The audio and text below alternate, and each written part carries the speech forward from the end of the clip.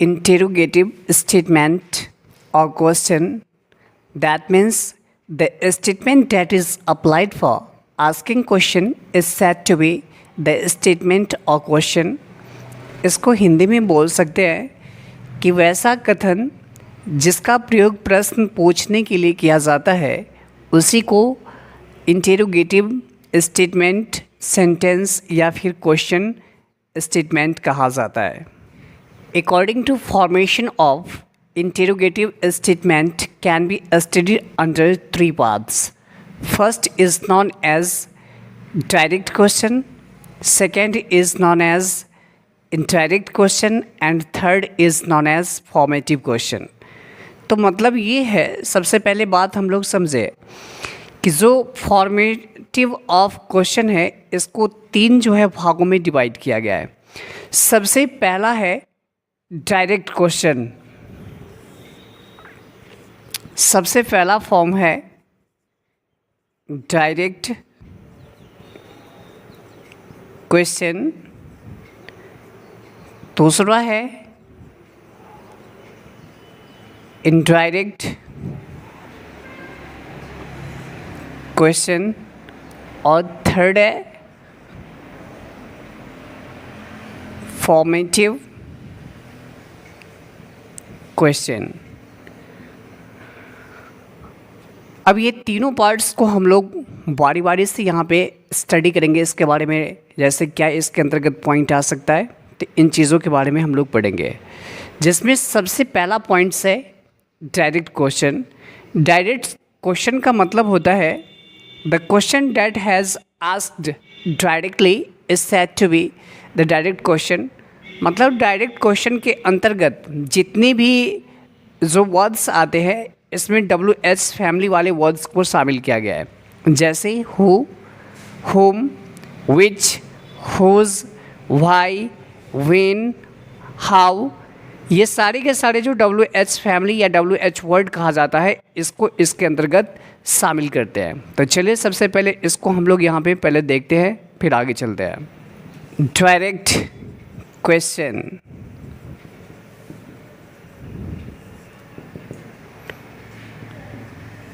The question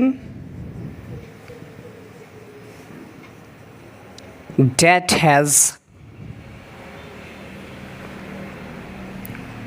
asked directly is said to be direct question.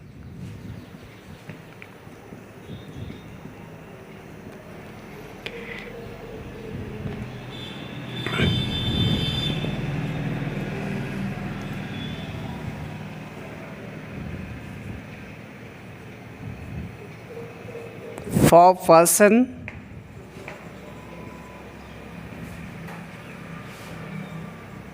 find out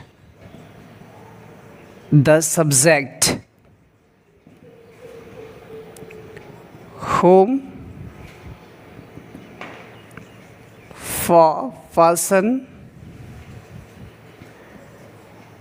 find out the object.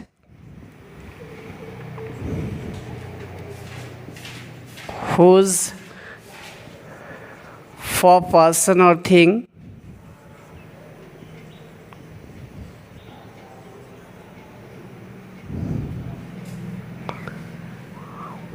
For position.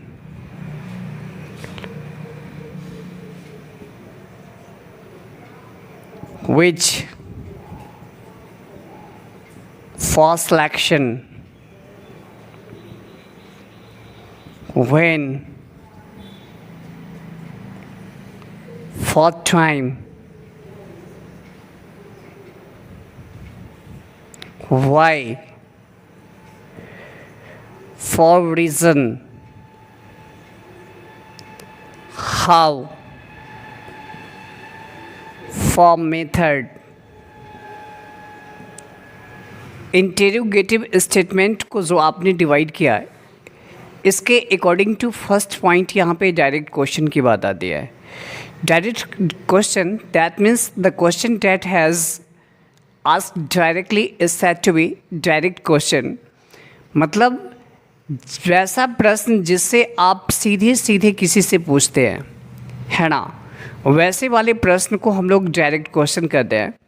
और आपने देखा है कि direct question के अंतर्गत जितने भी वर्ड्स शामिल किए गए हैं, ये सारे के सारे वर्ड्स जो है वह WH फैमिली या फिर WH वर्ड जो है शामिल है। अब जैसे एग्जाम्पल में समझिए कि इन सारे वर्ड्स का प्रयोग हम लोग अलग अलग करते हैं। ख़ास करके इन सारे वर्ड्स का प्रयोग स्पोकन इंग्लिश में ज़्यादा यूज़ होता है। जैसे आप यहाँ पे देख सकते हैं हु का प्रयोग जो है वह पर्सन को रिप्रेजेंट करने के लिए आता है, और ये हमेशा सेंटेंस में किसको फाइंड करता है, तो जवाब हो जाएगा सब्जेक्ट को। अब जैसे देखिए आपसे पूछा जाएगा who are you, who are you, आप कौन हो, तो आप बोलोगे आई एम अ स्टूडेंट, मैं एक छात्र हूँ। तो यहाँ पे किसके बारे में जानकारी प्राप्त हुआ, सब्जेक्ट। जो आप आई देख रहे हो ये क्या है, आपका सब्जेक्ट।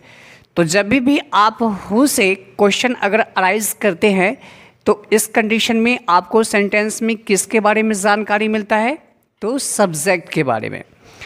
दूसरा पॉइंट है होम।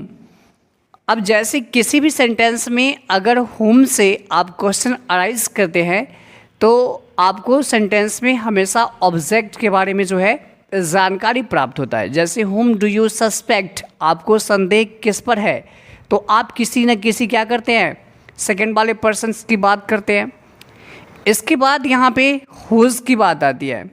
देखिए हुज का प्रयोग जब भी आप लोग क्वेश्चन अराइज करने के लिए करते हैं तो इसमें पर्सन और थिंग दोनों शामिल होता है, लेकिन जिसका अधिकार होता है उसके लिए हम लोग इसका क्वेश्चन अराइज करने के लिए प्रयोग करते हैं। जैसे हुज बुक इज़ दिस, ये किताब किसकी है, तो बोलोगे दिस बुक इज़ माइन। तो अब यहाँ पे क्या है, अधिकार की बात हो रही है। तो इस कंडीशन में जब भी अगर हम लोग बात करेंगे हुज का प्रयोग, तो ये जो है पर्सन और थिंग दोनों के लिए आता है, लेकिन ये हमेशा पोजीशन को रिप्रेजेंट करता है। इसके बाद विच का प्रयोग हम लोग क्वेश्चन अराइज करने के लिए तब करते हैं जब किसी भी चीज़ का सिलेक्शन करना हो। जैसे which colour do you like most, आपका सबसे पसंदीदा कलर या फिर रंग कौन सा है, तब आप जैसे जो भी होता है आप वहाँ पे आंसरिंग करते हैं। तो ध्यान रखना है विच का प्रयोग हम लोग किसके लिए करते हैं, तो यहाँ पे जवाब क्या हो जाएगा, सिलेक्शन करने के लिए हम लोग करते हैं। इसके बाद व्हेन का प्रयोग जो है क्वेश्चन अराइज करने के लिए हम लोग टाइम को रिप्रेजेंट करने के लिए करते हैं। जब भी व्हेन का प्रयोग होता है तो ये हमेशा क्या होता है, टाइम को रिप्रेजेंट करने के लिए आता है। इसके बाद वाई का प्रयोग जो है क्वेश्चन अराइज करने के लिए हम लोग कहाँ करते हैं, जब कोई कारण आपको जानना हो किसी भी चीज़ का, तो उस कंडीशन में हम लोग क्वेश्चन जो अराइज करेंगे वह किससे, वाई जो है वर्ड से। इसके बाद हाउ, अगर आपको किसी प्रकार का सिचुएशन या फिर मेथड्स को अगर जानना होगा तो उस कंडीशन में क्वेश्चन अराइज करने के लिए कौन सा वर्ड्स का यूज़ होता है, तो यहाँ पे हाउ वर्ड्स का हम लोग यूज़ करेंगे। ये बात क्लियर है। क्वेश्चन के अंतर्गत सेकेंड पॉइंट से indirect question. Indirect question that means the question that has a reply in yes or no is said to be the indirect question। इसका मतलब ये होता है कि आप वैसे प्रश्न की बात करते हो जिसमें आपका जवाब या तो हाँ में होना चाहिए या फिर ना में होना चाहिए। तो वैसे वाले जितने भी प्रश्न होते हैं उन सभी को इनडायरेक्ट क्वेश्चन के अंतर्गत रखा जाता है। तो चलिए सबसे पहले यहाँ पे हम लोग पॉइंट क्रिएट करते फिर चलते हैं। Indirect question that means the question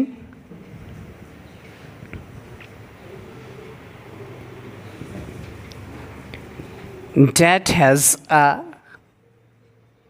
reply in yes or no is said to be indirect question।